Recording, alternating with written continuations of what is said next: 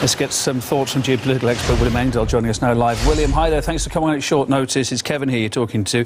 Obama's promised to eradicate the extremist ideology. Do you believe the US military campaign will help towards this end, though? Well, I think there's a schizophrenia in Washington in the last days.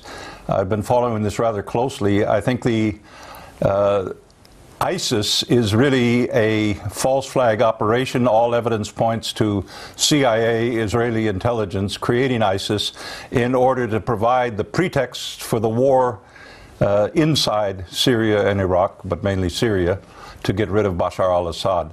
I think there's a shift in the last few days of the Obama administration, and I believe, this is a hypothesis, that Putin is playing a personal mediating role, as he did last August 2013, in defusing the launch of war by the U.S.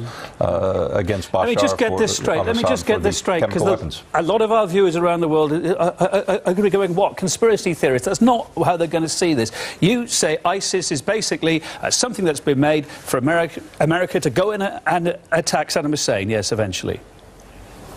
Yes, that's what I'm saying. The jihadists have been trained in secret CIA and U.S. Special Forces bases inside Turkey and inside Jordan over the past year.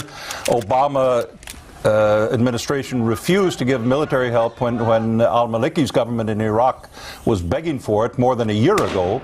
And then when ISIS makes this horrendous military victory, and if you look at the personnel, the commanders, they're from Chechnya, it's an extremely dubious collection. Al-Baghdadi, some people say that's a manufactured name.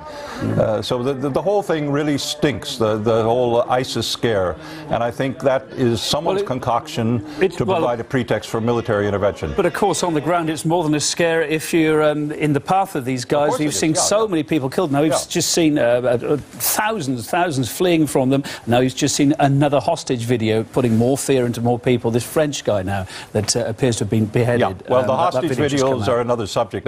I'm not convinced they're accurate at all, but that's another subject. Well, nevertheless, our thoughts, of course, to that guy's family tonight. Can we expect the US-led anti-ISIS coalition to turn its weapons against Syria's Bashar al-Assad anytime soon? Then, on your reasoning, I guess we will, yeah? Well, the neoconservatives, the neocons around the Obama administration devoutly hope and pray that that will be the case, that this will be their excuse to launch the war against al-Assad that they've been hoping for 2.5 years now. There are indications that factions within the U.S. military senior command are not going to allow that to happen, and I think there's an intense faction fight inside the Obama administration. There are hints of that in the last 2 or 3 days. William, we know you've got your ear to the ground. That's why we have you on the programme. I know a lot of viewers might not see it the way you do, but it's very good and interesting to get your take on it. Certainly is an eye-opener to think about, if nothing less. Thanks very much for now, William Engdahl, geopolitical analyst.